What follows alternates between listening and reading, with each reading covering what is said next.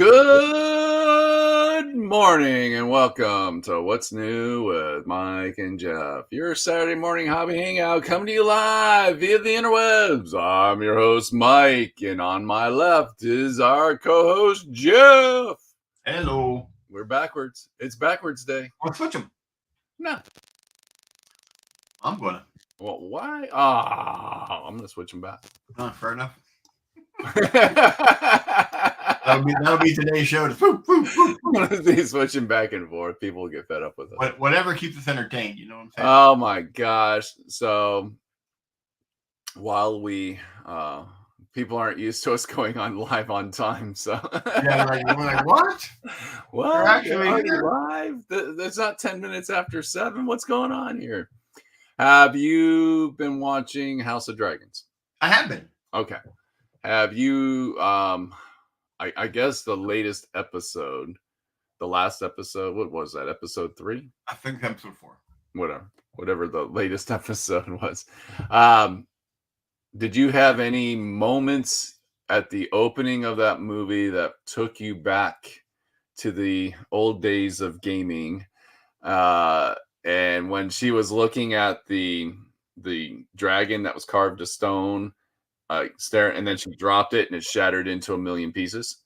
Yeah. Did that take you back to like back in the metal miniatures day when you would drop one of your metal miniatures and they'd go ping? You know, now that you bring it up, I did not think that, but yeah, that's a good comparison. When you watch those days, just rewatch that opening scene with that visual of the old days of metal models in your mind. It doesn't happen so much today. I guess it could happen with maybe some larger plastic resin. If it would have been a plastic, if it would represent a plastic model, it would have hit the ground and half of it would disappear in the carpet. Because it's amazing how well gray fits into pretty much any color carpet. Yeah, it just disappears. It disappears. For me, it's all the shavings of all the other plastic that I end up, that's just a shaving. Oh, that's just a thing that I cut off that flung, it's just all the little things. Oh, hey, I lost that one 3 weeks ago. Oh, well, I don't need it now. Yeah. But yeah, I was watching the latest episode and she was just staring at that, and then the knock and drop. I'm like, that took me back to dropping old metal models. Like it's just kind of nice, comforting. Hey, JP. No, hey. I stuck them together with epoxy, maybe too much. Hey, Bender. Oh, yeah. Well, pinning and all that stuff did come in handy, but when there were plenty of times that I've dropped large metal models and things would just fly off. And also when they used to do the plastic and metal pieces, because a lot of the dragons, for orcs anyways, they would have plastic wings glued to metal, and well, nothing really glued plastic and metal together. He tries to do a good job, but yeah, so good times, just fun. I just thought it was a very entertaining episode. Well, talking about throwback issue, I about made a huge throwback mistake that I haven't made in a long time. When you go to seal the model and you grab the wrong can. Oh yeah. I think I've only actually done it once, but there's been many occasions where I'll go to seal a model and then I'll look at the can before I spray. It's like, oh, that's white primer. Good morning. One time I didn't catch it. I went, oh crap. Yeah. Well, you also had that tragedy with the Harry Potter set where didn't you drop one in the... I was working on it was a Kickstarter exclusive for the Harry Potter game for a friend of mine, and I dropped Hermione and the arm just disappeared into the oblivion. The arm popped off, and I was outside. I was getting ready to seal it. That's what it was. And I don't know how, but I dropped the model. The model was pristine except for her one arm, and it broke clean right at the glue joint. But I was literally crawling around the little grass area in front of my apartment for 2 hours, never found it. So I ended up having to buy a complete set of that off of eBay. I won't talk about how much I actually spent. Hey, morning, Amos. How you doing? Just for that one piece. And just for that one piece. So my youngest daughter now has, because she's a Harry Potter fan, she's got that same set with Hermione missing out. Yeah, JP, Candy Apple Red is not a clear sealant. Last time I checked. No, it's not. But I almost made that mistake with my Dreadnought this week. Ooh, no. Yeah, and I literally it upset me so much I had to sit down. I'm like, whew, that was close. Well, one of the things, like, that's why it's always good. My sealant's completely different. It's Mr. Super Clear. This was back in the day when GW did all their everything was the same. They looked the same. So yeah, those little tester spray cans were hard to tell. Yeah, do I still have any of those? I think I have. I have one dull coat testers. It's just about empty. For the longest time, the dull coat and their metallizer sprays all came in the same can with the same label. Yeah. Yeah. They kind of do the paints. These are older paints, so I don't know what they're doing today. So I still have a few things. I got all my stuff at arm's reach right over here. So never drinking paint. Oh no. Never drink your paint water. Hey Gary, how you doing, buddy? Yeah, drink even coffee. Like, even if I have a cup of coffee, I almost put my paintbrush in my coffee the other day, but then I was like, well, maybe coffee staining is a real thing with coffee. Well, if you want a little secret, this is why you see me drinking water from this with a cap on it. I have to now. I've done that. I have two paint pots here. One is the one I clean it in, and then I use one so I rinse it out because I'm notorious at not quite getting it done. I go to start painting a color, and then they kind of blend on the brush. So I clean it really thoroughly in one, and then I rinse it, or I soap it, then rinse it in another where the water's clean, and go from there. Maybe we'll start a new paint trend where you just don't clean your brush as well, and we'll just call it dirty blending, and we'll just dirty brush blending. And I kind of slap clean. I slap clean. I slap clean brush. I clean my brush. I slap clean. That is hilarious. I love how we like to change and make up our own little paint techniques here. Yep. I kind of slap clean. So have you been? You got your dread done this week? I got 2 arms to do on the dread, and then I started building. I got a ton done yesterday. I ended up having to make a correction on one commission that was literally, they were all base coated, and then because the update came out, Army List kind of changed a bit. He wanted different weapons, so I had to go through and change all those. So now I've got to go back and redo all the base coats again, but it's not that big a deal. So you had to change out weapons? Yeah, he went from swords to maces. It was on his Dark Angel Death Knights. Oh, did you have I'm assuming you built all his models for him, or okay, so you had all the weapons there. Yeah, they were all built, and I literally had the base coats on it. I needed to go back through and just kind of do the fine detail work and the shading, highlighting all that stuff. Yeah. So I had to go through and pull arms off and change weapons out. Yeah, that's kind of a bummer when GW updates rules and they make another weapon more powerful.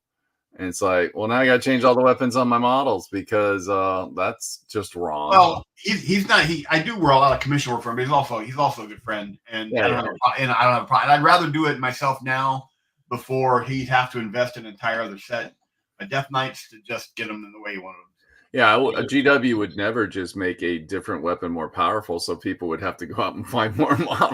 I honestly don't think that plays into it. They're very attuned to the competition side now. Yeah, and that's just how it works. So. Believe me, I'll accuse GW of a lot of stuff.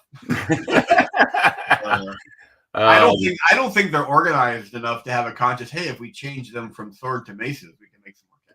You would like to think they have these like really intense meetings at GW. It's like they don't know. They're just throwing shit up against the wall to see what happens. Hello, Hand. Hey, Hand, what are you doing? I have no idea. So. And quite frankly, that's not that. Regardless of size of company, one hand not knowing what the other hand's doing is kind of a common thing. Yeah, it happens all the time. Well, I'm just been doing what I can do to get ready for Gen Con. I broke in my new pair of shoes, which to me is important. Man, you seriously, I've never heard anyone say I have prepped my shoes for the upcoming show. I did, man, because I'm going to walk miles and miles every day through the vendor hall, looking at all the cool stuff at Gen Con. And because my role is to set the booth up, keep the booth clean, and then go wander around. So I'm looking forward to it. One of the advantages of playing Chaos, old weapons are cool. Yes, That's true. Old Chaos weapons are cool. So I bought a new pair of shoes, and nothing worse than when you like do something like this and you got a new pair of shoes, and you end up with a blister on your feet. I know, I overthink. No, I overthink. Okay.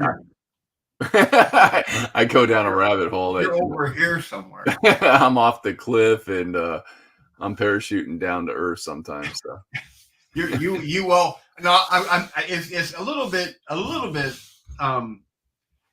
because Amos this week said, "Man, you worry about a lot." I worry about all the time. I'm always in a state of worry. Right.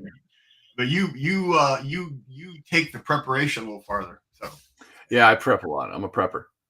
I have spent my entire life worrying about everything all the time. So I'm in one constant state of worry. So yeah, so I'm looking forward to the event. For me, it's a little bit different than you because we're leaving on July 25th to drive out there. We're booked. We are scheduled to load in on Monday. So what we got to do is we got to be in Indianapolis Saturday by noon. Right. Because we have to pick up the big 26-foot box truck. Jeff prepares to work. That's a true statement. That's a true statement. So we got to be there. Before I leave the house. What am I worrying about today? So we want to roll into the rental place to pick up the truck early Saturday morning, something like 10 o'clock. And then we are off to the storage unit, hands clasped together, praying that everything is still intact and that like raccoons didn't move in and chew holes through all the walls and all that. It's one of those things when you leave stuff across the country and you don't get to check on it on a regular basis, you don't know what you're walking into. But we have a game plan for all that. Gen Con doesn't exist because we have a store con next week. You've got one worry at a time. So I'm not historic. That's the worst thing. I don't worry about StoreCon. I just got to drive the truck up on Wednesday. But you're working the event, Country, Pennsylvania. So. But you're working the event, right? Mm-hmm. Oh, you're just driver? I'm just driving it up. Who's driving? We've got new kids. And I say kids. We have new kids that can actually drive the truck. But to get from here to the Lancaster, where the show's at, we have to drive through rural Pennsylvania Amish country. What's wrong with that? Horse and buggy. So you go slow? No, that's not how it works. You've never driven through rural Amish country, have you? No, that's why I'm asking. I'm kind of curious. I've heard it's constant curves and hills. So you have no idea what's going to be on the other side of the hill or around the corner. So you may come around the corner and there's a line of Amish horse and buggy that you have to suddenly stop for. Just hanging out. When you're in a 26-foot box truck, hanging out is a good way to describe a horse and buggy moving down the road. And you can't go around. I'm assuming it's not a big enough road to go around. Yeah, the 26-foot box truck barely fits on your side of the road. Really? Yeah. Now, do they ever just like pull aside and let you pass? If there was a place for them to do that, there would, but there's cornfields on both sides of the road. So there's like, you're just stuck. This is it's reminding me of the Cotton Lane in Arizona. If you guys ever lived in Arizona, Cotton Lane used to be a 2-lane road, back road that cut from the north to south side of the valley. But it was like, if you got behind a farm truck, you were just like, it's the roads are they're all rural, so they're very curvy, twisty, going through wooded areas, up and down hills, cross creeks, over rivers, bends. And then you have a lot of blind curves where you come around and there'll be a slow moving vehicle or a line of cars. It's not like uber dangerous. You just got to be on your game. And then additionally, they've moved. Historicon has moved to a different venue in Lancaster, and there's a bit of an oddness getting into the dock. Okay. So I'm taking the guy that's going to become the more prominent driver. Because it used to be back in the day when I was there, I always drove the truck everywhere. and I did that a couple times before I went back part-time at Battlefront. But this one, Rob wants me to drive it up the first day to kind of show the guys how to move it around and get a. Sure, you get an experienced driver over there to teach them. Gary's saying it's better than driving through Oregon and Texas, flat and boring. Amish are at least polite. Yes, they are. Yeah, they're good people. It's just you got to be on your toes, and you're absolutely correct, JP. Both being from Ohio, it is like Southern Ohio. Yeah, the Ohio is really weird. The top half of the state where I'm from is flat, because it a whole glacier story there. But below Columbus, you start getting into the foothills of the Smokies and that kind of in the Appalachians. So it gets very windy, twisty, hilly, a lot of stuff, and a lot of Amish. So, and Amos is saying it's better than the Ohio drivers.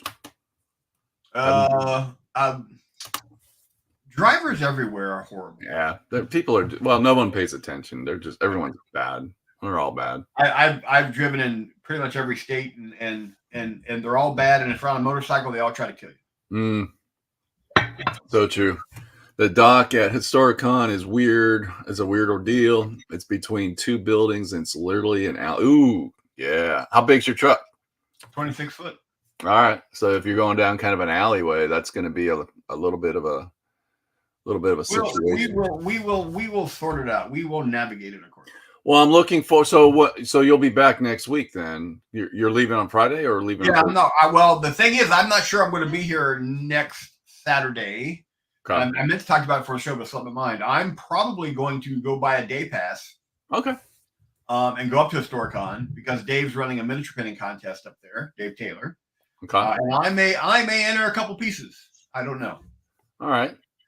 That's one of the reasons I'm down to get the vehicle sorted out because I'm gonna drag Amos along because I worry about him sitting at home by himself. Is Amos gonna be the new driver? No.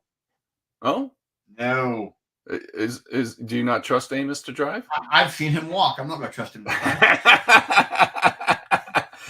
Well, then this would be our last show till we come back on August 10th. Yeah, because it's 2 weeks after that. Oh, yeah, but you're going to be on the road. I'm leaving on the 25th. Yeah, I don't have to leave for Gen Con until the Monday before. Sorry, guys. We're a professional show, and this is how we figure out what we're going to do. This is how we... Oh, yeah, Cincinnati drivers are high. Well, Ohio drivers are bad, but Cincinnati's are crazy. Yeah, absolutely. Yeah. So this will be our last show until August 10th. So we'll be gone for a while. Yeah. This convention season for What's New with Mike and Jeff. Yeah. I'll be driving to Historicon. We're working the office at least one day after I drive the truck up, and then I'm going to go up on Saturday on my own. I think. Good morning, Jake. And enter a couple pieces in the contest that Dave's running for War Games Illustrated, and then the following week. There's a possibility you could be featured in War Games Illustrated. Yeah, that's not going to happen. So. How do you know? Why be such a pessimist? Have you met me? Yeah, I'm trying to kick you in the butt and tell you to stop being such a pessimist. Look at the opportunity. No, not happening. I'm going into the same mindset I did when I entered in the IPMS down in Phoenix. You won an award for your thing. Yeah, I have. Gary, you have yourself a great day. Thanks for stopping in, buddy. I haven't talked to you in a while. Have a great day. I have an award-winning thing. That's a well-known fact. Yes. I prefer to say award-winning Ben Grimm model, but I'll just say the thing. But I don't like competition for a deep-rooted psychological problem created by GW. Jake, I will support what you do to get him featured in War Games Illustrated. If you need a couple bucks, I'll throw in. I'll pitch in. Let's make this happen. The only person Jake needs a couple bucks from is me, and he and I can't seem to get together to get that sorted out. Well, maybe you'll get together. Jake, are you going to Historicon? I don't know if that's a place if that's a show you go to or not. 2 weeks to enter that painting contest. See, look, everyone's got you going, man. I'm going. I'm just not. I'm setting my expectations where they should be. I'm entering a competition. That's what I. Nah, okay. But don't be such a. I'm going to do something as boring as Historicon. Well, he's got to run a shop. There's a little bit of a difference. And there's got to be bright lights, big city kind of a feel to it. Well, you gotta put your the bang where the buck is, and Historicon, he's gonna get more bang out of Gen Con. People my age go to Historicon. Yeah. I was trying to be polite about it. But it's a good show though. I mean, it's not a bad show because it does have a lot of things going for it. The biggest thing about that's right. Yeah, he's standing. Oh, you're going Nova. Yeah. All right, Jake, are you going to Gen Con or are you skipping Gen Con? Because I didn't know if that was a show that you would go or not. Because it looks like you're busy at San Diego Comic Con. It's not a competition. You're just sharing your art with fellow hobbyists. Look at that. Dude, you just put in so much effort on that model, though. I just think it really is something. Yeah, no, I'm happy with it. I got 2 more weapons to get on it, but I like it. I'm happy. Yeah, but it's to a point where you can enter into the. Well, I'm taking several models up. I'm taking my Mephiston and a couple other pieces as well. I was on, then off, then on. I'm off Gen Con this year. Okay, all right. But I guarantee you, he will be at Adepticon next year. Well, definitely. I'm actually looking forward to Adepticon. There you go. Well, the new venue seems like it's going to be the spot. So. Well, I'm from the day when Gen Con was in Milwaukee, so and that's I'm looking forward to that. That's Laverne and Shirley Town. So, well, anyway, so this will be the last show until August 10th. August 10th-ish, I think is Saturday, because I'll return on August 7th, I think. Yeah, it is, the 10th would be it. Yeah, absolutely. Yeah, I return Thursday. I think that's August 7th. Yeah. Because the Monday after my birthday weekend, because my birthday, I believe, is on a Saturday this year. Yes, July 7th. Yep. Joe's all conned out. He spent the weekend. How was Crit Hit, Joe? I saw photos. It looked like everybody was having a good time. Didn't look overcrowded or anything. Like, it looked like it just had a good flow of people. Let us know. Curious Minds wants to know. It was just too close to Gen Con for me to go. I've been having to keep myself from going to the store, which is hard because I like going to the store. But when I go to the store, I spend a lot of money, and I'm trying not to spend a lot of money so I can spend a lot of money at Gen Con. So you know how that goes. I'll bring some pictures back from the store. There you go. And we'll show them on August 10th. you and I should at least at Gen Con do a nothing else, get a video of you and I walking around the dealership or something. Okay. Yeah. Dave's on. Hey, Victor. I'm thinking about bringing the my GoPro and the arm the Steadicam. Yeah, I can't use my phone. That's why I don't take a lot of photos, because one of my cameras on the three, you got 3 cameras on the back. One of them's like there's a big old crack in the lens. So I'm going to take the Steadicam and my GoPro. Okay. Victor, yeah, because we both get into the convention hall early, so we can walk around. We can just kind of chill and just have a good time. Because all I really do in the morning time is kind of restock and break down the boxes and put them outside and vacuum and stuff like that. So good games is what Dave's on. So I'm assuming Jake means Dave's going to be at Gen Con, which is cool. Maybe I can bump into Dave. Yep. Jake, it's turned in. Tuned in. He's commenting something Jake said. So. Oh, got it. I was lost for a second. I was like trying to figure it out. Anywho, just a second. He's here. Okay, watching. Oh, he's here watching. Oh, you guys are hanging together. Got it. Tell Dave. Hi. Look at that. So maybe we can get some influence going. Get you featured in War Games Illustrated. Nah, no. That is in no way, shape, or form what I'm doing with it. I'm happy with the piece. Yeah, I just want you to have a good time. I just want you to enter. It all goes back to that whole thing I discovered at Adepticon when I forced myself to get out of my retail con mode. Yeah. And just when I had a good time. And so I'm going to do the same thing I'm just going to go up and enjoy Historicon. There you go. And that's what you can do. Dave is in Baltimore and he's watching the stream. Okay, cool. I didn't know. Yeah, cool stuff. Should we do some photos since we've been talking so much? Now we're going to hook up at Gen Con. Since we've prattled on and on and on about nonsensical stuff. But you and I are going to hook up at Gen Con. Well, we're going to get together. I'm not hooking up with you. Well, okay. Oh, wait a minute. Hang on a second. Uh-oh. In our morning chat, that's when I forgot to set up my my picks. So Uh-oh. we just keep, and this is not unusual for us. No, look, Amos is going to enter into that as well, Jeff. So. Yeah, that's awesome. Now, Amos works with you, right? Yep, Amos works at Battlefront as well. All right. So he keeps you in check at work. Yes. Very cool.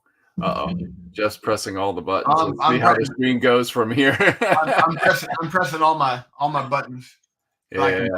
You and I got to chatting, and I completely spaced. Hey, I got to get these set up. Well, we had some world issues that needed to be addressed. We don't hide the fact that we're not a professional show. We just do it by the seat of our pants and have a good time while we're doing it. Hey, we have learned to be flexible to the ways of streaming because there's always something that goes wrong when you're streaming. We've had so many things go wrong. There's really nothing that we get excited about. Well, when we first started doing this venture, when something went wrong, we're like, "Oh my god!" Oh no, it's horrible, tragic. And then towards after so many of those, we're just like, "Oh yeah, camera died." Hey, look at this! Look at this! Almost seamless. Look at this. So just so everybody knows. One of our dear friends, Mark, is at an IPMS show right now, and he is entered in some models. That's probably why he's not on the stream today. But this is one of his models that he entered.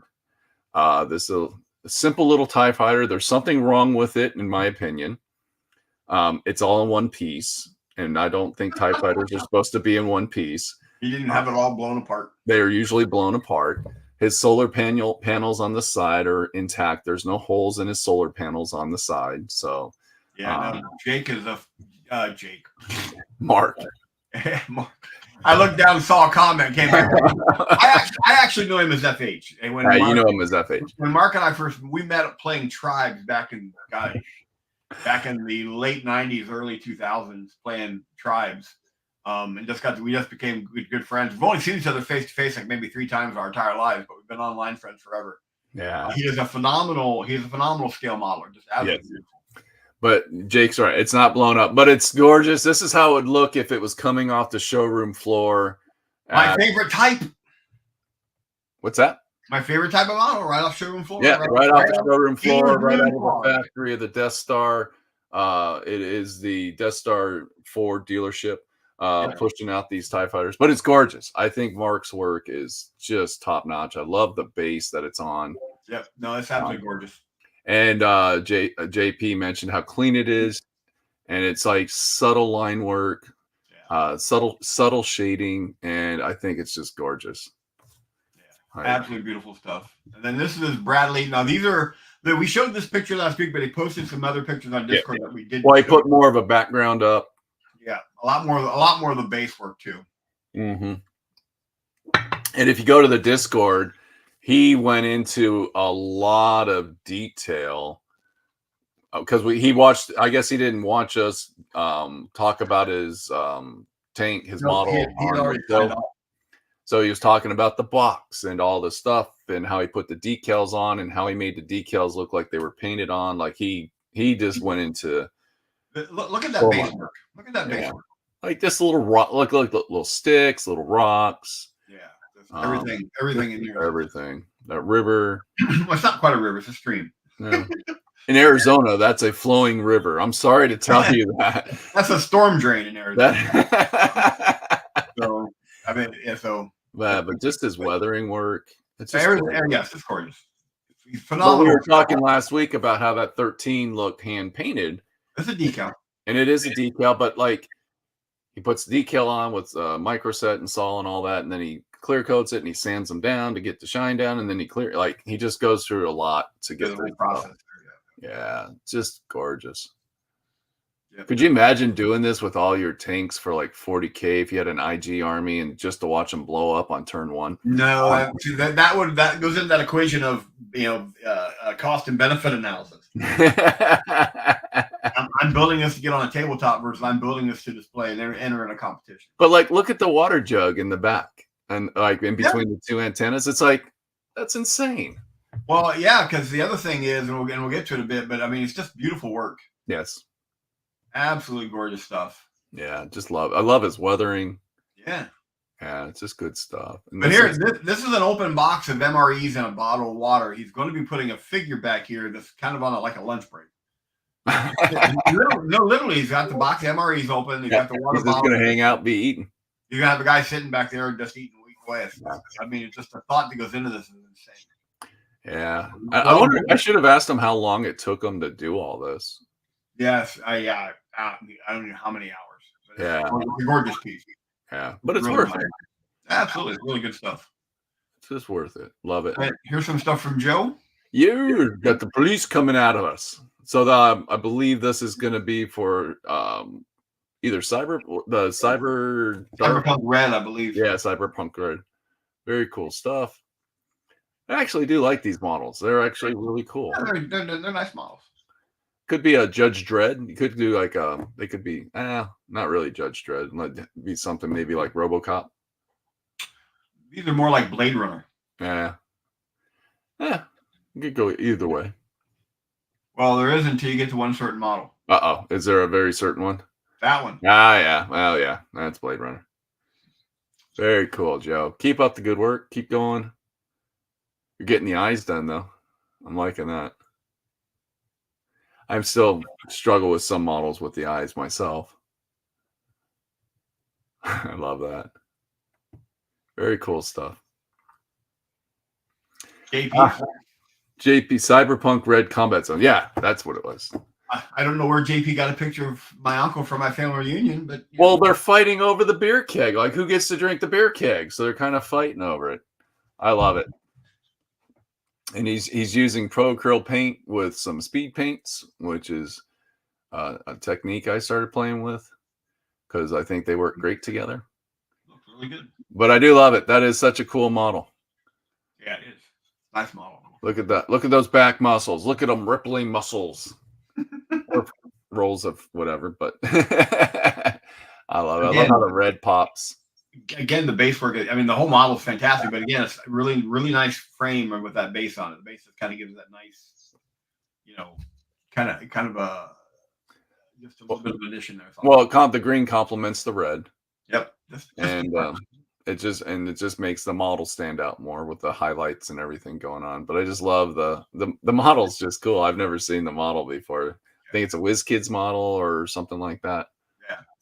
Just cool. Well done, JP. Looks really good, bud. Yeah. Look at that. Ooh, look at that. My ugly zombies. So these are my dungeon crawling. I did take JP's advice on the next photo. Yeah. Since they're all the same, those are the ghosts, and he recommended ivory. So I went with the ivory, but I thinned it down because I didn't want the arms. I didn't want it. I wanted the green to still come through on the arms. So, but I wanted them to stand out just enough. So I thinned down the ivory. Kind of, I don't want to say glazed. I don't really do glazing. I just thinned it down, and I guess it would be a glaze. I needed a cool because the colors on the figure were so. That's true. Yeah, they're very warm colors. Yeah, so that's why you got the grays. Yeah, so those are the ghosts that I went with, and all the crazy highlights. I'm happy with how they turned out. Yeah, look good. Yeah. They were simple. They weren't really complicated to paint, but the arms had to stand out. I think the arms being the same color. No, I agree. It kind of gives it that. Yeah, that's good. Yeah, a little bit of difference. So, didn't paint the eyes, what's that? There's no eyes. Because there's no face. There you go. How do you know I didn't do the eyes? A real modeler would have put some LEDs in there. But anyways, yeah. So I'm happy with it. Again, this is all for Dungeon Saga, so I'm just gonna be just Dungeon Saga Warhammer Quest, any kind of dungeon crawly. Looking good. That I have. Looking good. So I am digging Dungeon Saga. It is kind of cool. Why not? I'm glad. I'm just glad to see you painting again. You had a spell there where you weren't doing a lot of painting, so I'm glad you're back into painting. Yeah, see, and that's exactly what it worked out just the way I was hoping for. Yeah. Came out good. I'm happy. Thank you for the suggestion, JP. What is this? This is my dreadnought that I've been tinkering away at in the mornings and the evenings. You've been going crazy with it. This is Fenrir the Merciless. I love how the icicles are on the bottom of the frost cannon. I just love it. Yeah, if Bjorn were a wolf spear, he would look like this. Well, and you faded in the color a little bit into the metal.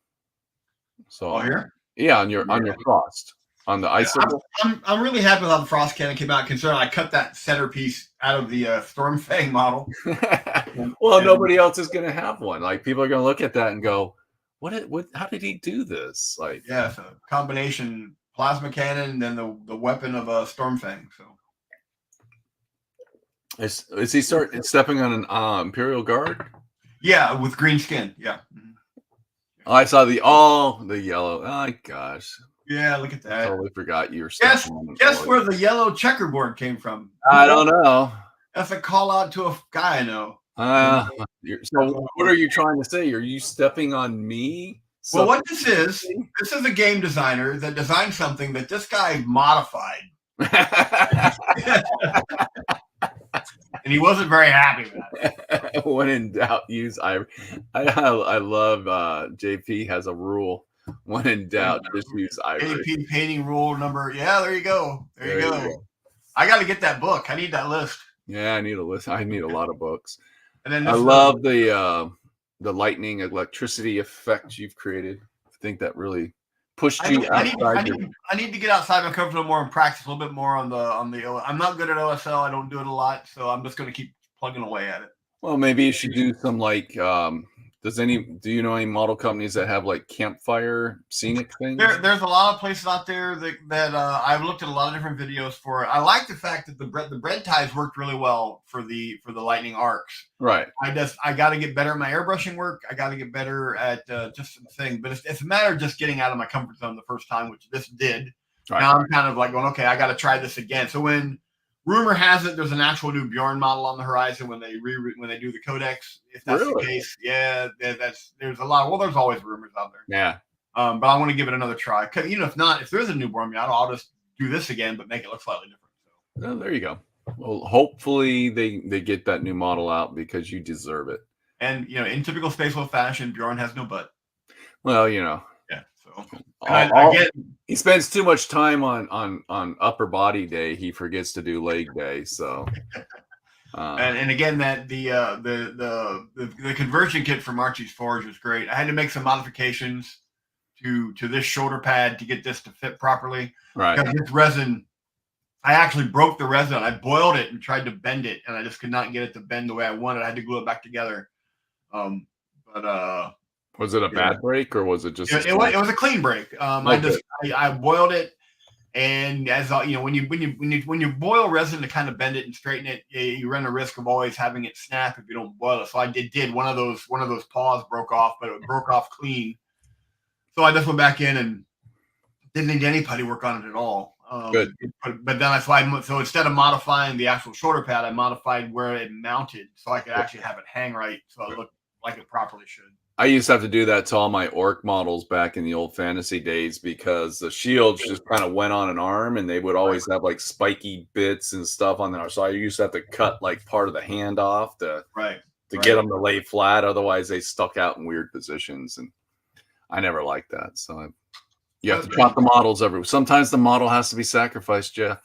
I completely get that. So. But dude, I love it. I love how it turned out.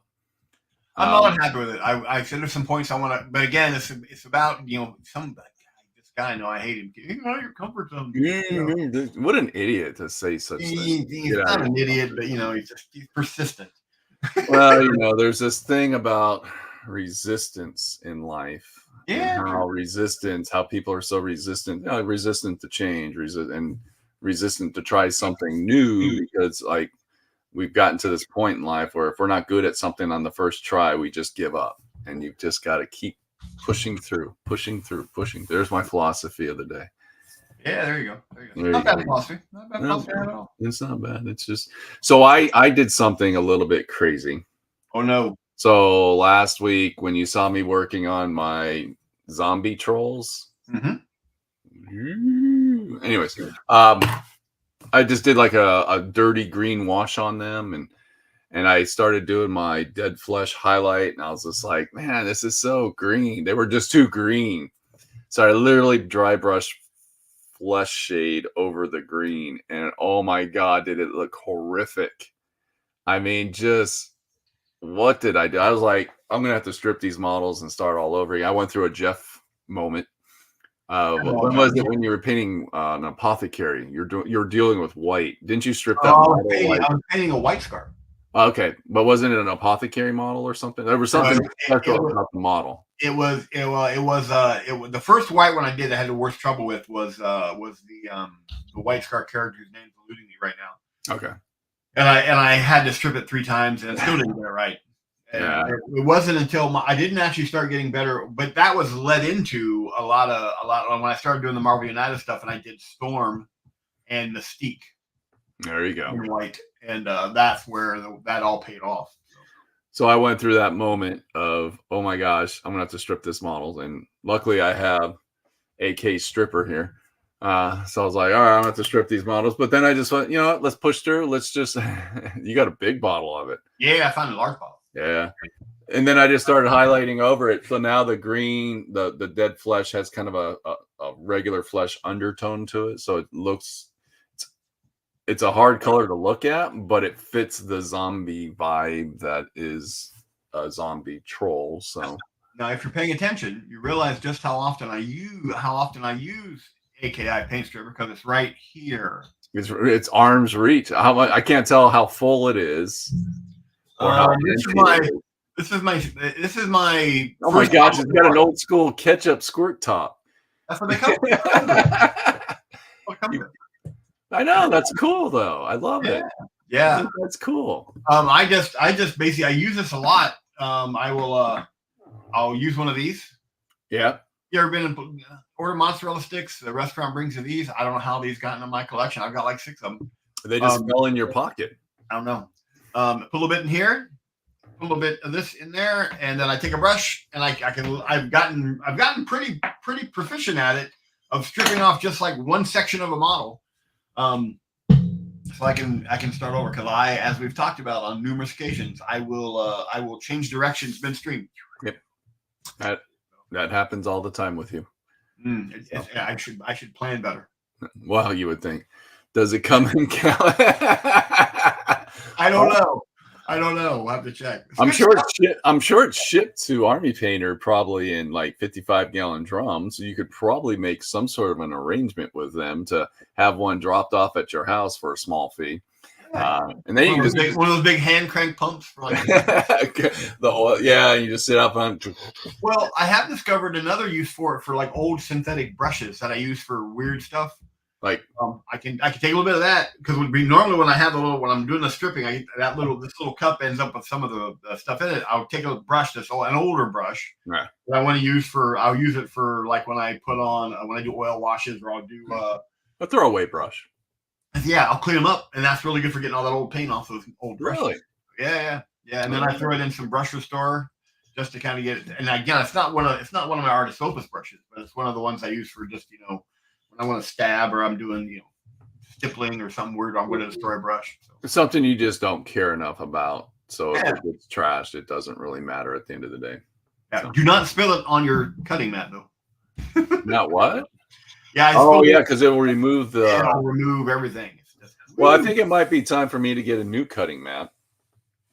I cut so much on this mat that it's not healing itself anymore. It's lost its healing properties.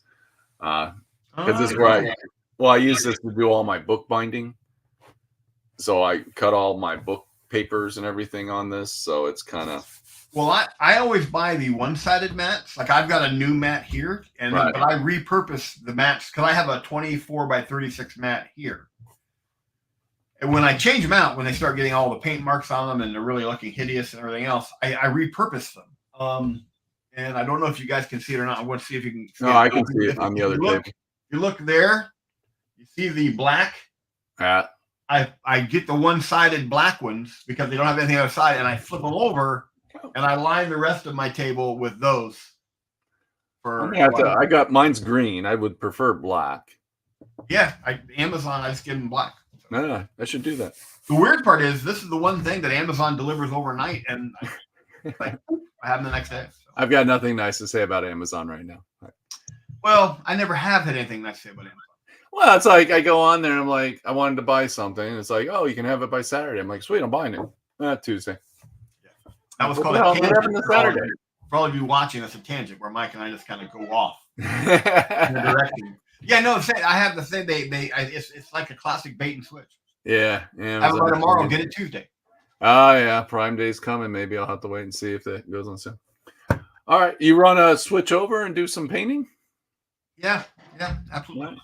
Let's see if we can press buttons. That's not good for me. I don't know if I can do that or not. I just gotta move my keyboard. Voila, everything. Oh, my camera is a mess. I have to look past my camera. There we go. So let me zoom in and I'll show you my zombie troll. Take full screen. While I'm getting my lights in position here. So this is my zombie trolls that I've been working on. And I don't know if you can see the little bit of flesh tone that's underneath the green. On some of them, it's really obvious. All I see is Lemmy pointing at me when you move the model. He looks really angry. Like you can kind of see a little bit better on the shoulder. Now So you added a little bit of a different undertone. Oh, I like that. I like it. It looks good. The only struggle I'm having with right now, and I'm probably gonna have to take JP's advice and get the ivory out, is I want the cloak or diaper or whatever you want to call it on the troll to stand out a little bit more. It's a little too blendy with everything else. It doesn't really pop. Right. So I might take the ivory and just do along the edges of just frame it out better. Right. Like do the edges and stuff like that, just so it kind of stands out. And I don't know what the hell this is. I don't know if that's intestine hanging out of this model. It can be whatever, depending on the color you paint. It could be anything you want it to be. Well, I went with white just as a base color, just so I can try to figure out what the hell it is. Throw a purple wash or a red wash over, like it's some kind of entrail popping out. That's kind of what I was thinking. I was thinking I was going to go with a red wash, just like not like a bright red though. I got this I love this speed paints. Yeah. I've got like this aged hide color. Yeah. Which makes it look like the blood's a little bit dried a little bit. Yeah. Like it's not super fresh. So anyways, I got to figure out what I'm going to do with that. I don't know what it is. It's just kind of there. And again, I'm just doing my bases because these are going to be in a dungeon. Cool. So, but I wanted something on the base. So I'm just doing like a sand with some texture to it, some washes on it, not getting too carried away. Also, if any of you, are you ready to go? I've been ready. All right. I didn't know you. I was waiting for you to finish, bud. You're talking. Also, I'm super happy that GW re-released. Remember the old make your own movement tray things that GW put out a long time ago? Yeah, that's the one I destroyed this finger on. Yeah. Well, all the furniture for this game, if you did the Kickstarter, all they did was threw a bunch of their crate terrain stuff in a box, and they didn't do any vacuum forming. Like all the miniatures are vacuum formed in the box, but all the terrain was just thrown in a box. Right. Well, I took one of those sheets and I cut it up so I could glue the tables down. So then I can put magnets on the bottom and I can put them in a box. Right. So I can store them. Because if I'm going to paint them, I just don't want to throw them back in a box. That just to me seems stupid. Yeah. So anywho, so I got this I got them all based up so that I can do them. Because like when I pulled the stretching rack out, all my handles are tweaked and bent because they were banged around in the box. So right. Just something that I did. Anywho, what are you working on? I am painting up a Dante. Oh yeah. That is a gift for someone. Really? Really? Anybody I know? No. Okay. Nope. No one you know. Yeah, so I might have to look for one of those black mats because I think black would be better. Yeah, I just get the black ones and then I repurpose them when this portion. Oh, Bethany's here. Hey, Bethany. Hey. Good Morning, morning. Bethany. Always good to have you on. Yeah. So right now I want to brighten up this rock a little bit, and then I'm going to struggle with those entrails. Figure out what I'm going to do.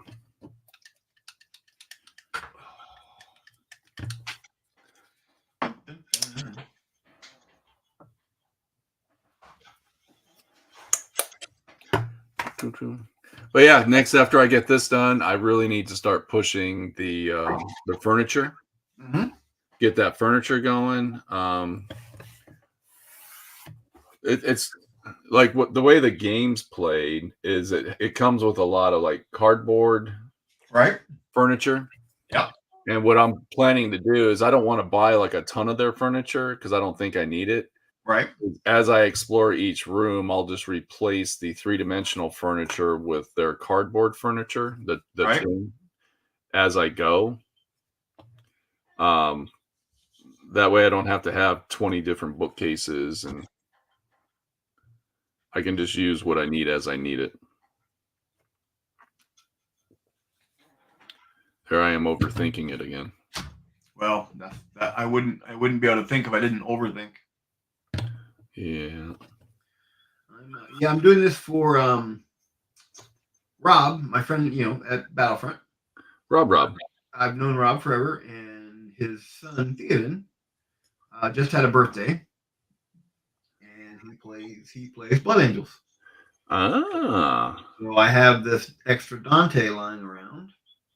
You just happen to have an extra Dante lying around? I that is kind of my way of collecting miniatures. I just happen to have an extra one lying around. That's not a Forge World one though, right?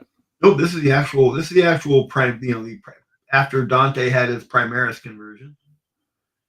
After you've been Primarisized? Yes.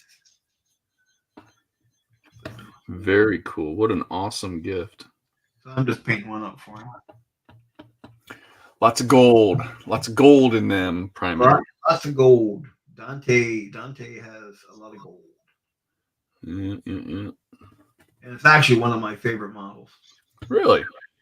Yeah. As a matter of fact, the reason I have one more is I have an idea to how to make Dante a proper space wolf.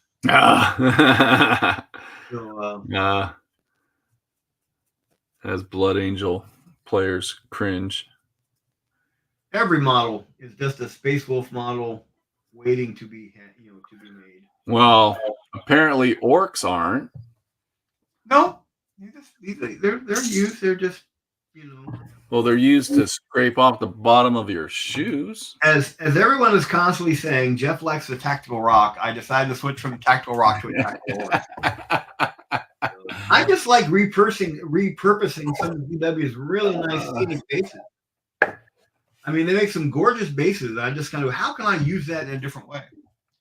Kind of like you do with, a Go kit or something, or a painting handle. How can I use this in a different way? There you go. You're twisting up. Bethany just stated that Lenny bought a bunch of Warcry stuff. Oh, okay. They're actually like the Warcry model range is phenomenal. There are some awesome models in the Warcry model range. I don't know where the game's at right now. Like, I don't know if there's a new, like, I don't know where there are like edition wise or. Yeah, I don't follow Warcry. I mean, I have enough trouble keeping up 40K. But after we get through Gen Con and Historicon, as a matter of fact, I'm hoping to talk to Dave at Historicon if I see him, which I should. I would think so. Well, he's going to be running a competition. He gets kind of busy, so I don't want to pester him. But hopefully I can see if after things calm down a bit, if he and I can get another game in down at Games and stuff. Games and stuff. He'll never say this, but he has a vampire. I would have never thought Lenny had a vampire problem. Well, but here's the thing. Does he really have to say something that we all know already? Yeah. Like, we also know how much he adores the Noise Marines. Those never became a thing again, did they? Not really. Like they did the one release and then. Yeah, more of like a nostalgic release. Yeah, which was fine.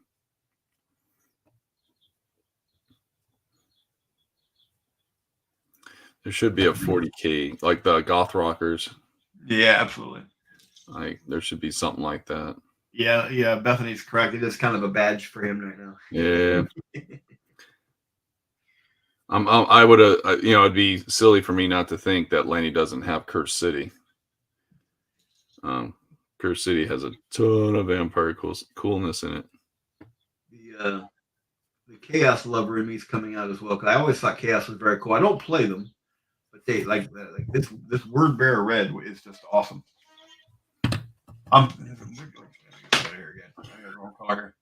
He has the D-Rock and he's wearing my Slanesh shirt this morning. I would love to.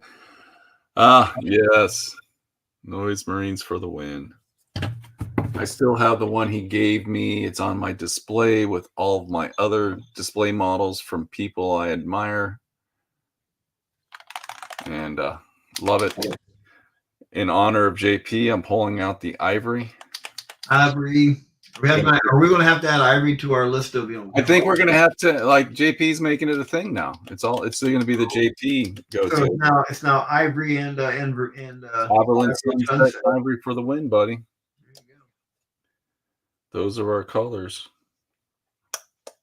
I will get in touch with Jason over at Monument Hobbies. I will have the what's new with Mike and Jeff and JP paint set created.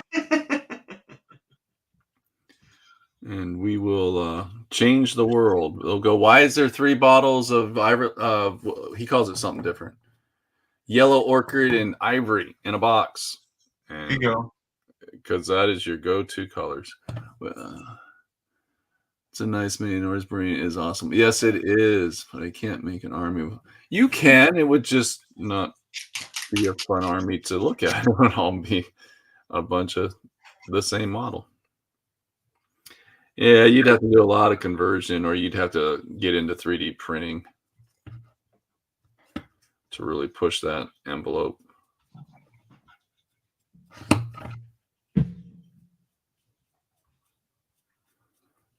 All right. So you have a tactical rock. I'm throwing a tactical rock. There you go. So tactical rocks have just become my thing, but like I said, I just love repurposing because GW does some beautiful scenic bases they release with the models.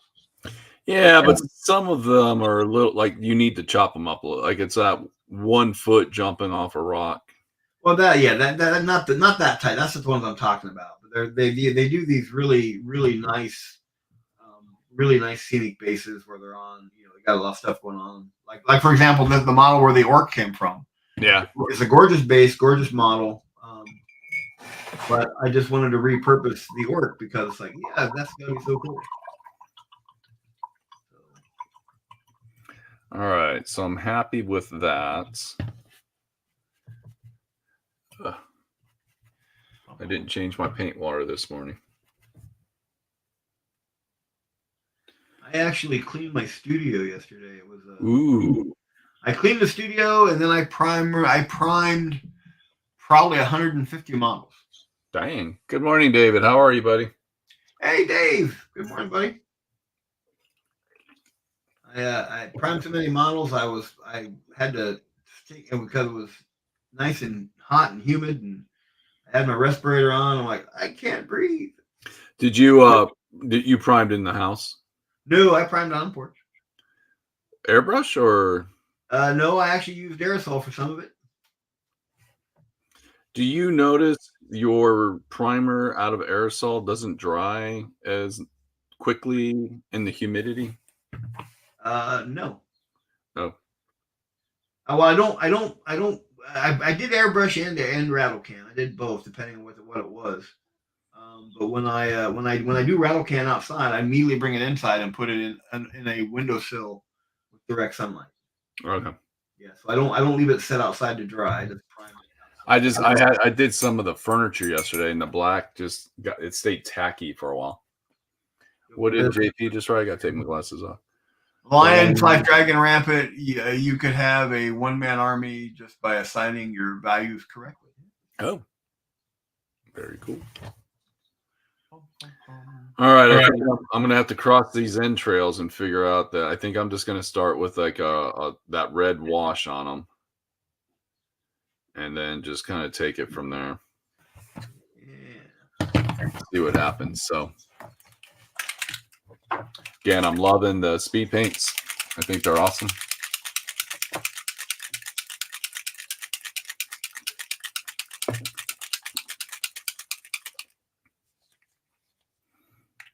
I think for right now, I just want to finish this up, and then I'm going to start just getting a wash on all this furniture. Yeah. The joy of painting the furniture is I don't really like. It's not. It doesn't need to be anything fancy. I'm really with these new Artist Opus brushes. They really helped a lot for me to get a much more delicate touch with a brush. Is it kind of forcing you to be more delicate? Yeah, they hold a tip very nice. I like them a lot. And I've always told you I'm a heavy-handed painter. Yes, you are. And I can destroy a brush really quickly. So I'm kind of forcing myself to just go a lot slower and not be so aggressive. Yeah, and here's the thing: when you start doing something different, then as you begin doing that differently, you don't ever really kind of comprehend just how much how you didn't have the control you thought you had. Does that make any sense? Yeah, no. You see things differently. Yeah, just by slowing the process down a bit and being a lot more focused on my own use of a brush, I've realized, man, I didn't have the control that I thought I had. Or let me rephrase that. There is a way to have more control than I thought I had. If that makes sense. There you go. Yeah. Because I think the other thing that's going to benefit from this, one of the problems I've always had with my freehand work is I usually have to draw it with a pencil first on the model. Mm-hmm. And then I go through it kind of like a coloring book, and I have been practicing using the tip of the brush to do the drawing. And I've noticed since I've started using these brushes and forcing myself to be a little more delicate and a little more focused, I can actually do a lot more with these than I could do before. Victor's saying they played Lion Rampart last night. Very cool. I got all the little wingies on him done. I got the armor. I think the armor is where I want it. Yeah, we're getting there. We be getting there. Yeah. Got to go through and put a little blue in there. And my third color in the ivory now ivory and Aberlin Sunset is the other color I use a lot of is the good old fashioned Gilliman's Blue Glaze. Wow, that's a whole nother story onto itself. That's a whole other rabbit hole. Yeah, I remember you went on a hunt for that stuff. There are three colors from GW. I want three. I think it's only two. Cryptic Armor Wash. You love that. I went on a mad hunt for Cryptic Armor Wash because that stuff is fantastic. Which is no longer made. That's why I have 3 bottles in my drawer here and 1 on my table. But when the Gilliman Blue Glaze went away, morning, Huron. Hey, Heron. I went on a match. Oh, look at David. Skaventide. Oh, yeah. We got a strange offer at work, which Amos and I took advantage of. Did that ever come to fruition, or is that something? Well, we haven't heard yet. We're waiting to see. We're not holding our breath. I'm not getting overly excited. So I'm finding new details on these models. I didn't know the rib cage were showing. Well, that's one of the great things about a model when you start painting. Oh, wow, look, a rib cage. Well, these models are just like the flesh is so torn to shreds. It's either something that comes that you don't notice while you're painting it, or the fact that you're old and your eyes just didn't work until you got to a certain point. I'm gonna go with I'm old, according Thank to you, my Ron. doctor. My doctor says I'm old. I didn't have to go to a doctor. I just looked at my birth certificate. Oh my gosh. Well, I had to have a professional opinion tell me. Paint jobs are looking great. Thank you, Aaron. Yeah, absolutely. No, I needed a professional to tell me I was old. Someone with a college degree. Because I couldn't tell myself. Let's see if I can actually get these glazes in place. I'm trying to make sure I'm on camera. I had to see the dermatologist Thursday. Uh-oh. Somebody wishes to speak to Mike. Now it's follow up on doctor's appointments. Oh, they want my feedback. Don't tell me I'm old. Anyways, I had to do the because I'm out in the sun all day. Yeah. Like that, the radiation or the radiant heat from the windshield is always hitting me in the face. So they had to freeze a spot and cut a spot out my face. Yeah. So yeah, it's just par for the course.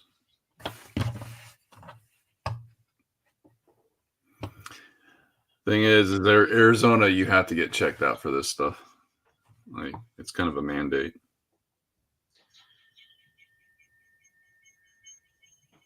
I know you guys can't see this on camera because it's kind of the white is kind of washing it out, but I'm actually putting a layer of Gilliman's blue. No, you can see it, dude. Can you? On my screen, I can't. Oh, there it is. You can see it. I can see it plain as day. Yeah, I'm just kind of putting a layer. Now I'll go back through and highlight the individual feathers. I could have done a pin wash, but I don't. I'm still impatient. Yeah, that is just how you roll, Jeff. Yeah, I don't have the patience of most people. All right, I'm going to give this stuff some time to dry. Kind of see how it all turns out. Are we done? No, I'm going to start working on my table. I got to get washes on my tables. No, we still got plenty of time, dude. Okay. I didn't even notice. But I'm going to have to put something on those entrails to make them look like they're just reddish now. So I'll probably take some of the other colors and add to it. But I just want to give everything time to dry. I've got to build a kitchen of torture. Got to get all this stuff washed.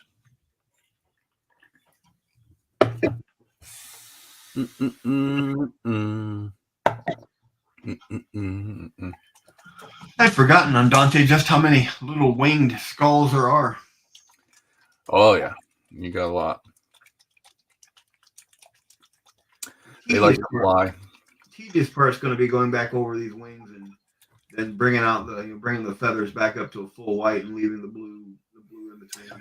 So I'm not going to use the speed paint on the base coat. I think what I want to do is start with a wash to really darken in all the cracks and crevices. Right.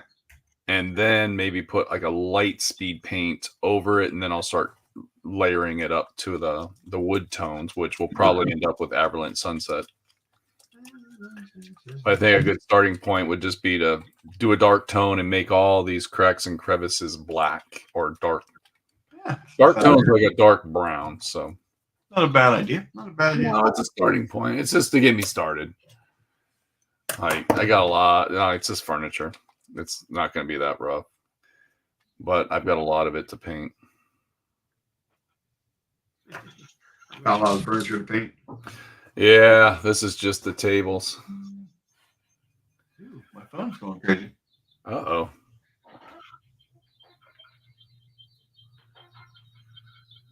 Oh, their dark tone is black. I thought the dark tone, well, it's got a bit of brown in it.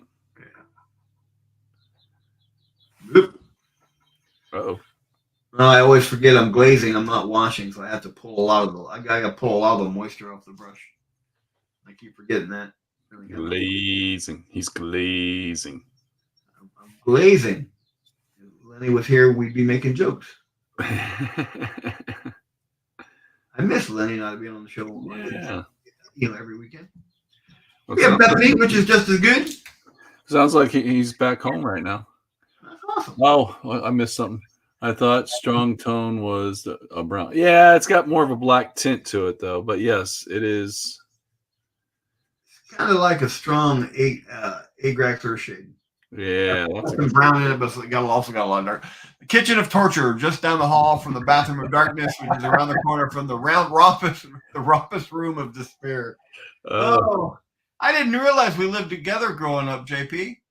Lived in the same house. I didn't realize that, man. That's awesome. But yeah, I just want to get all the cracks and crevices. Nothing worse than you paint a table or something wood and it's just brown. And brown. You just want to add some tone. That's like rocks. It's just gray. Yeah, like I got 3 different shades of gray on my rocks. Got little browns in there. I did. I started with some washes. Mixed it all up. I want to have this Dante done so I can take it with me on Monday. Take it with you to the office. To give to the boy. Well, you got 2 days to work on it. I do. Again, I think the washing will just be a good starting point for the furniture.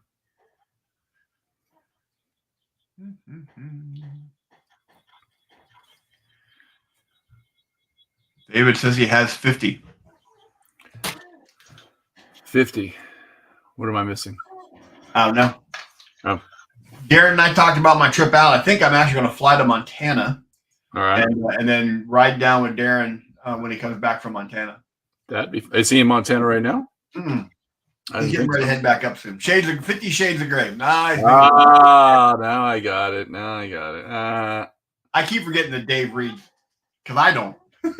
Well, I don't know if 50 Shades of Gray count as reading. Yeah, that's not fair. There's some people actually enjoy it. Let's not be all negativity, all that other stuff. A color that I've been working with a lot lately because I'm doing a lot of Deathwing. Yeah. Ushabti Bone. Oh, I love that color. It's a great color. But it's like Space Wolf Gray. Sometimes you just gotta walk. That's one of the reasons why I'm going Wolf Spear right now, because after how many years of Rust Gray and all of those ones. Yeah. If the Mini had little wing torus shapes on him, would they be glazed donuts? Ah.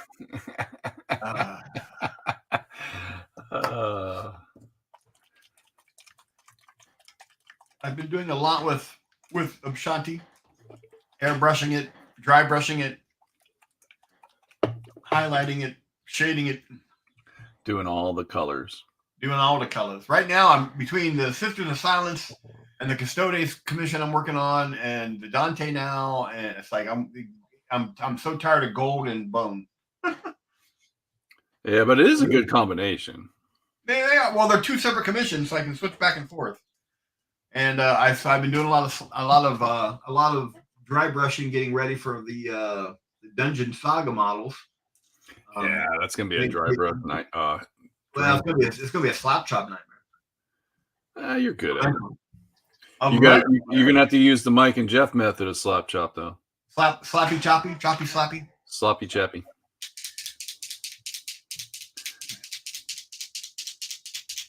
He's not looking too bad. He's coming along. Oh, I'm digging him. You want full screen? No, I'm good. I'm just kind of looking at him. I want to take full screen just to see what it looks like. Solo mode. I have a lot of. Let me do this here real quick. See if that helps a lot. That helps. The blue stands out better. Yeah, you can see the blue a little bit more. I may have a little bit too. I'm going to drop my light down just a bit more. That's the wrong way. I got to go up, then I got to go back down. Come on, cooperate. I think I need to upgrade to a new camcorder. Yeah, you and me both. Yeah, he's headed there. He's getting there slowly but surely. And again, Tactical Rock. Uh, Weed's getting there. We're making it happen. And then my favorite, the news. I just sent FH. I just sent Mark a bunch of our stickers. So We'll bring some with you to Gen Con. I will be. And I will bring some back for the Arizonians. Yes. Yeah, I'm going to bring your axe with me too for the orc. Yes. Because I need to bring, I got to bring an axe back with me. Does this mean I got an axe to grind? Something like that. Something like. Oh wait.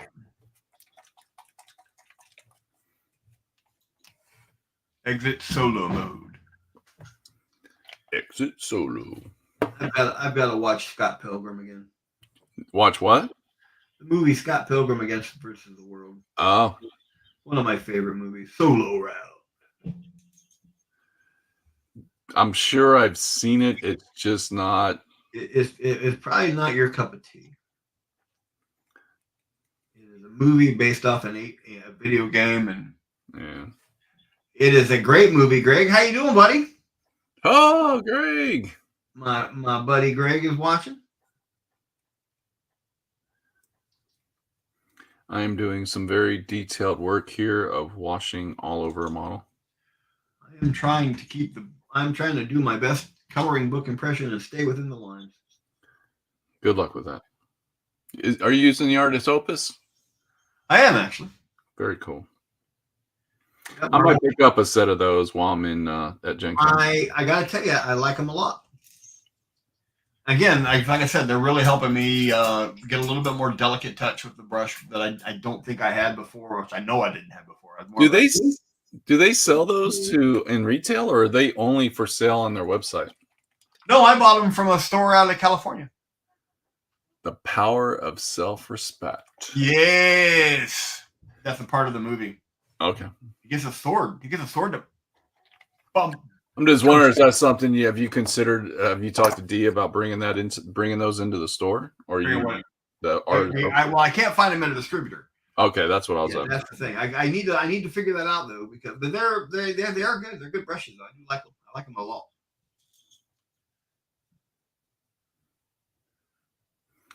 And when are you thinking about coming down? I thought that I was gone.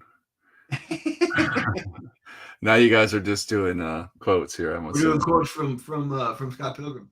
No, I'm looking at sometime in September. I'll fly up to Montana, hang out with Dee a day or two, and then he and I will make the drive back to the good old Phoenix Valley of the Sun. And then I'll fly out of Phoenix and come home. Well, keep us all posted. Are you just hanging out? Is it just to come hang out, or are you gonna? I'll probably run a Blood Bowl event and stuff when I get here, or when I get there, I should say. So, but that way Darren and I can we actually enjoy the drive down from Montana. Yeah, because you guys like stop and see stuff. It's not just like we do some things on the way down. So. Very cool. My headlamp needs recharge, so. Uh-oh. Yeah. David's already offering pierogies. For sure. We should have a pierogi day. Well, keep me posted on when you come down. You do know your best friend's birthday's in September. Oh, yeah. So I may be busy with her. My bestie. Your best day. So nothing bonds people together quicker than talking about somebody's husband who's just fascinated with a 55-gallon drum of dice. Yeah, that wasn't just that was like epic explosion of, oh my God, like kid in the candy store shit. I was all over that. You were nuts. Yeah, it was fun. Great. I didn't let anything keep me back from having fun. I wouldn't have want to got in your way. No, because I would have ran you over to get to Stampede. What's that? Stampede. How did you know my birthday, Mike? Oh, well, I know things, David. I know lots of things. So when is your birthday in September, David? Because I ask lots of questions. That wasn't a question. That was a test. That was a test. When is your birthday, David? Are you sure you're aware of it? David, are you sure you know when your birthday is? September 13th. I'm going to write that down in a book. September 13th is David's birthday. I get to come out of my birthday weekend and jump in a vehicle and go to Milwaukee. Milwaukee.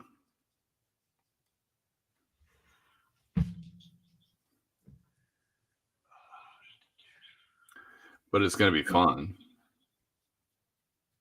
Mike is a weird boy And knows all the birthdays. Yeah.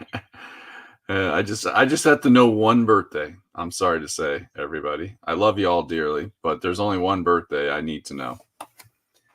And that would be my significant other's. She would kill me if I forgot her birthday. You would find my corpse in the kitchen of doom. And nobody would know why I died because she's. Oh, I could probably figure it out. She has told me multiple times, and I've told multiple cops at work, hey, if you guys ever find me dead, please make sure you pay close attention to everything because my wife said she can kill me and nobody would ever know. So. And that's funny because it's true. Exactly.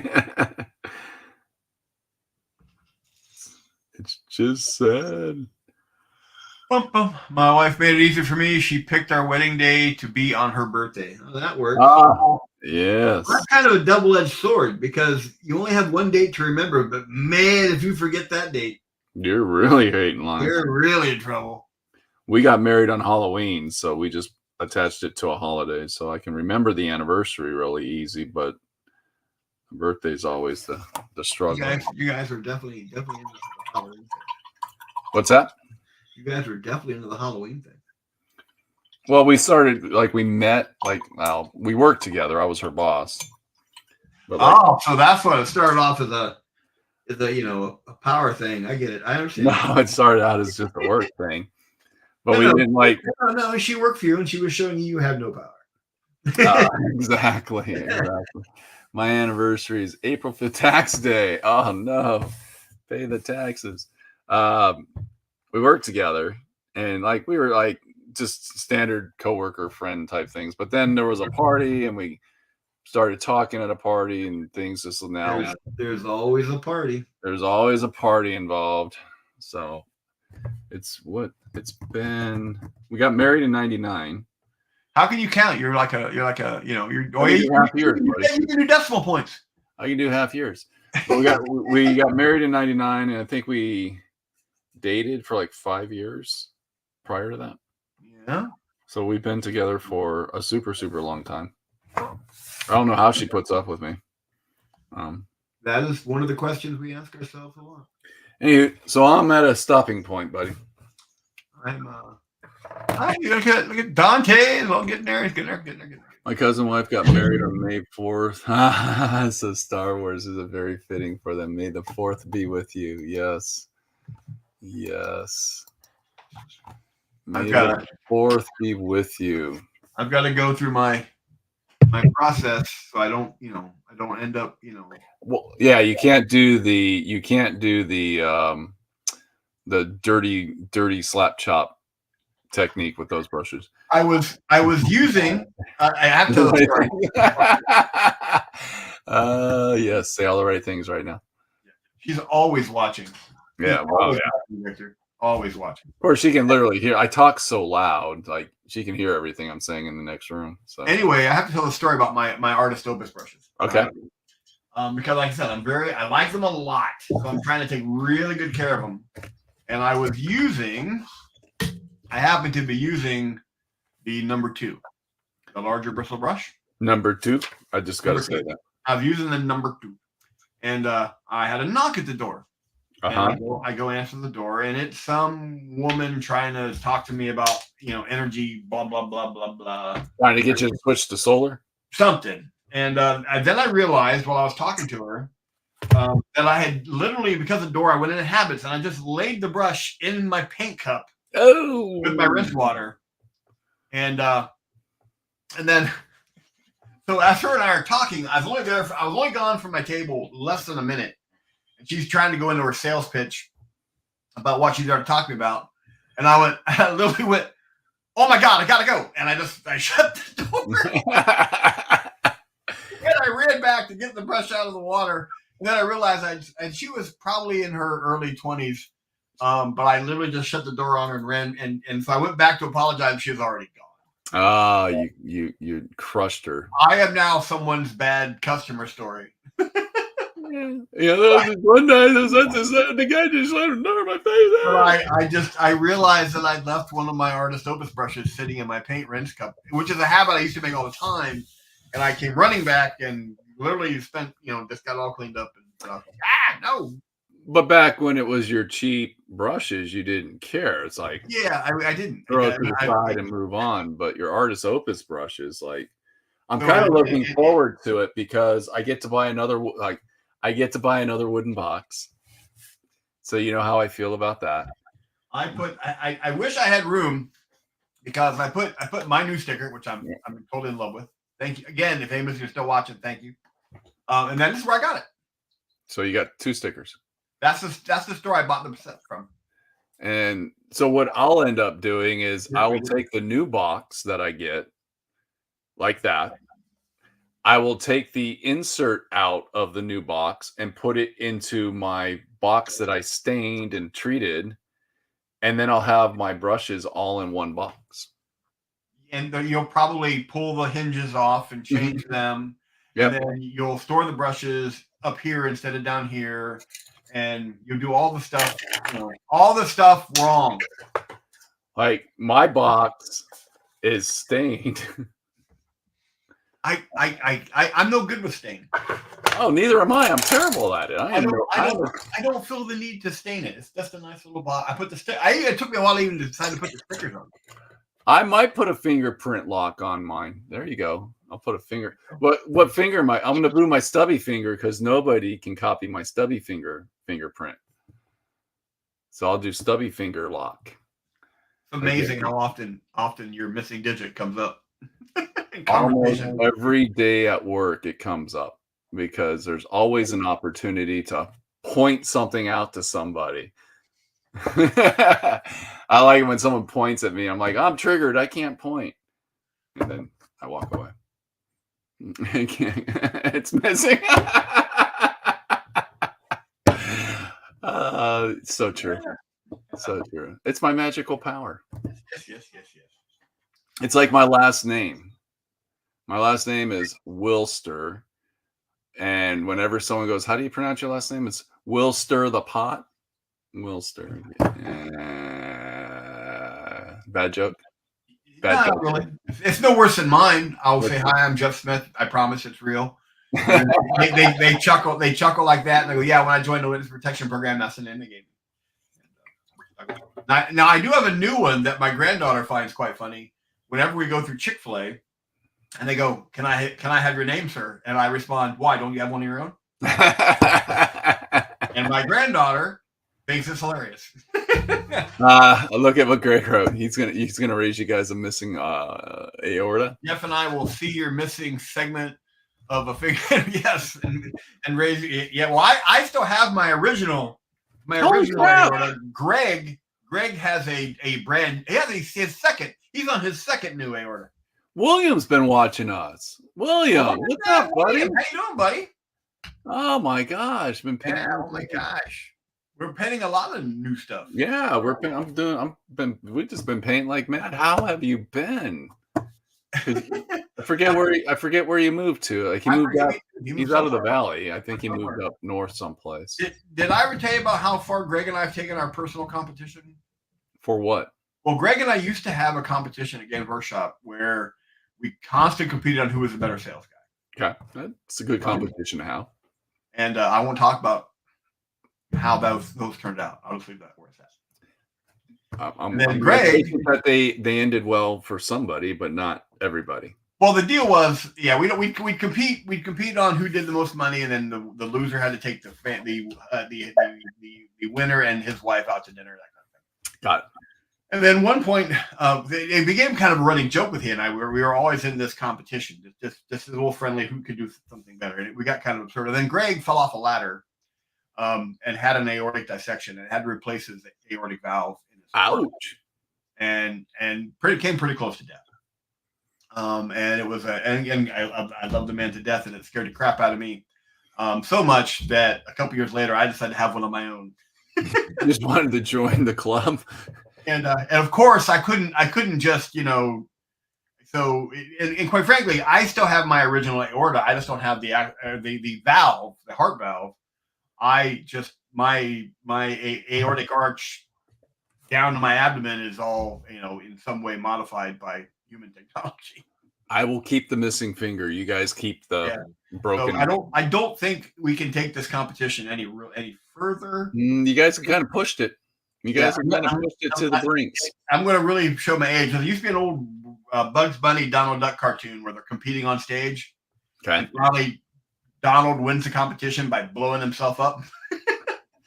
and Bugs like, you did it. It's great. And this little ghost of Donald is flowing. Yeah. I know. But I can only do it once. Well, Greg, let's not take that step, please. We're not sure. I mean, the good thing is now, but see, Greg is under the other side of the competition. I used to always be the motorcycle rider, and Greg was like, didn't ride motorcycle. And now he's a motorcyclist who happens to live in Pittsburgh. I think his bike is still in Connecticut, which is offensive. Yeah, neither of us went to win that. No, I'm good. But how do you fall off the ladder? And I forget, he was doing something to his house, and he fell off the ladder. And, but how did it affect the heart? He held he caught himself with his hand. Okay. From everything I understand, Greg, you're feel free to chime in if I'm wrong, but he put his hand out to stop himself, and he landed straight. And the shockwave from the impact went up. I think it was went up his arm, and it centered on his aortic arch and valve. Okay, so that his aorta began to tear away from that portion of the heart. I think I have that right. Oh, but it's a long story. Yeah, that sounds tragic. We both went through the same thing, but I think we're at the level of competition where we both kind of went, no, I'm done. So, but it was like being in a car accident with a steering wheel hitting your. Okay, so it was like more of a rupture. Yeah. Effect. Okay, I get it. And I honestly think because prior to my dissection, I wrecked my truck and got an airbag. I don't think the airbag went off on my truck. I'm not sure. I can't remember now. But I did have I had a big bruise from the seatbelt here across my chest. And I think that contributed to my aortic dissection. Okay. Because all the other crap I was doing in my life. Because your main one, for you, it was a lot of stress. I think that was a combination of all that. Hypertension, stress, stuff like that. So, and quite frankly, I didn't have. I had it not been for Rob and John Matthews, I probably would. I know I wouldn't be. No, probably I wouldn't be sitting here. Yeah, I'm just that ladder must have been pretty tall, Greg. He was. Yeah, it was pretty high in the air. Maybe you shouldn't be climbing ladders, buddy. Yeah. Right. But then we got William coming back. Yeah, well, he hasn't chimed back in yet. I'm kind of curious. I kind of took the tangent. I want to get that out there about mine and Greg's competition. Yeah, well, you guys are competitive people, so. And you aren't. I'm last place, buddy. I'm okay with it. My half a digit don't mean crap. And I also lost mine when I was 2. I did it earlier than you. I beat you guys in timeline because I did this when I was 2 years old. Well, I think that's why I got through 56. I tried to die at 51. So. Dreadnoughts. You're talking. That's true because we had dueling dreadnoughts going in our text because we were sending pictures back and forth. Yes. And we both keep going, man, I'm not trying to one up you, but I'm also working on dreadnought. Here's his is beautiful. It's absolutely gorgeous. When he got it done. It's actually absolutely very cool stuff. All right, everybody. Well, this is our last show until August 10th. So what this means is you got lots of time to paint some models and put them on Discord. I also fell off a ladder a few years back. Nothing happened. You might have hit your head, David. And and then that's when you got a 3D printer and started printing everything. Something. But anyway, so this is our last show, so that's lots of time to get stuff painted, posted on Discord. Chances are when we come back for that show in August, it's going to be a picture show. Absolutely. And like I said, I'm taking my GoPro and my Steadicam. We're going to hold hands and walk across the showroom floor. Yep. Well, we'll do. Well, I figure what I'll do is I'll get some good footage of the GF9 and Battlefront booth, and I'll get some good footage of your booth. Yeah. Heron, thank you for joining us. It's been a while, but come back in August. Yeah, we'll get some pictures. I'm sure we'll buy a few things when we're there. I know I will. A few things, one or two things.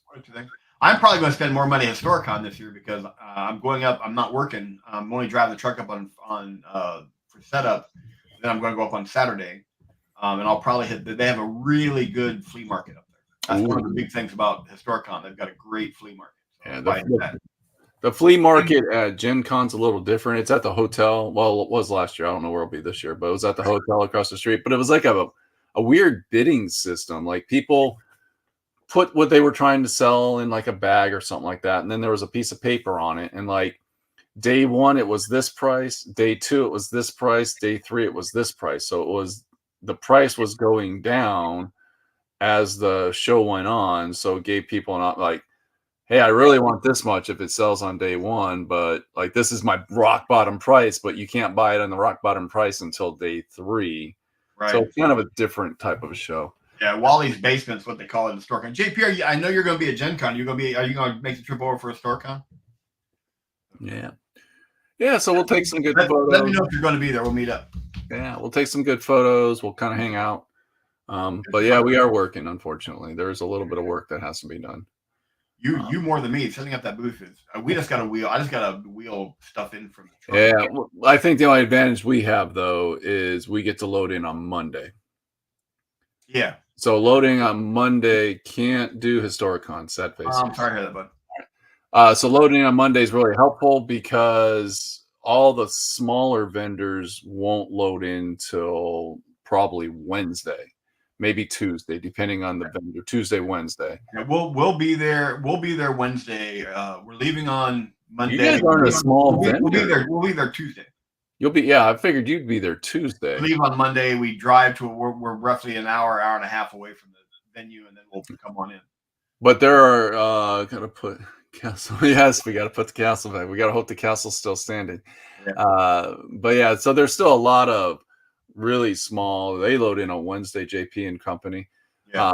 They're like, small, like one booth, like one table vendors. Like those guys, those folks all show up a lot. On Wednesday, it's really chaotic. But by Wednesday, we're done with the main structure, and all we're doing is displaying product all day Wednesday. So all day Wednesday, we're just putting all the product on display, setting up all the table, all the games, and that's when we do product review because we got the new games coming out. We'll probably be showing off some of the new product. Last year, the big game for Gamelin Games was the Last Kingdom. They were doing. We had that big board game set up this year. We'll still have Last Kingdom. We're still selling those, but they just, I think we, because they did the Game of Thrones, as you saw, I painted the models for Game of Thrones. I just don't think we'll be doing. We're not going to have it at the show, but we have True Crimes out, which I don't think you remember the story about True Crimes, the little Epic Crimes game that actually got stolen. He did Epic Crimes. Yeah, you told us, sir. Yeah, and then they actually got stolen in transit. Oh. So that was kind of crazy. So there's a cool little story there. So that's going to be probably the newest game there because we only had like a proof copy last year, like just the like how the manufacturer sends you like here's a sample copy. Look for mistakes. So that's all we had last year. This year we'll actually have the product. Right. So hopefully that's because that has bullet dice in it, which are just awesome. I got a bag of them somehow. Cool. I know a guy. All right. We are going to get out of here. We will be back August 10th. Everybody have a wonderful time. Get some painting done, get some photos up. And then when we come back, we will share our stories of travel and adventure with everybody. But until then, thank you all very much for hanging out with us. We will be back. Have a great day. Take care, guys. Bye bye.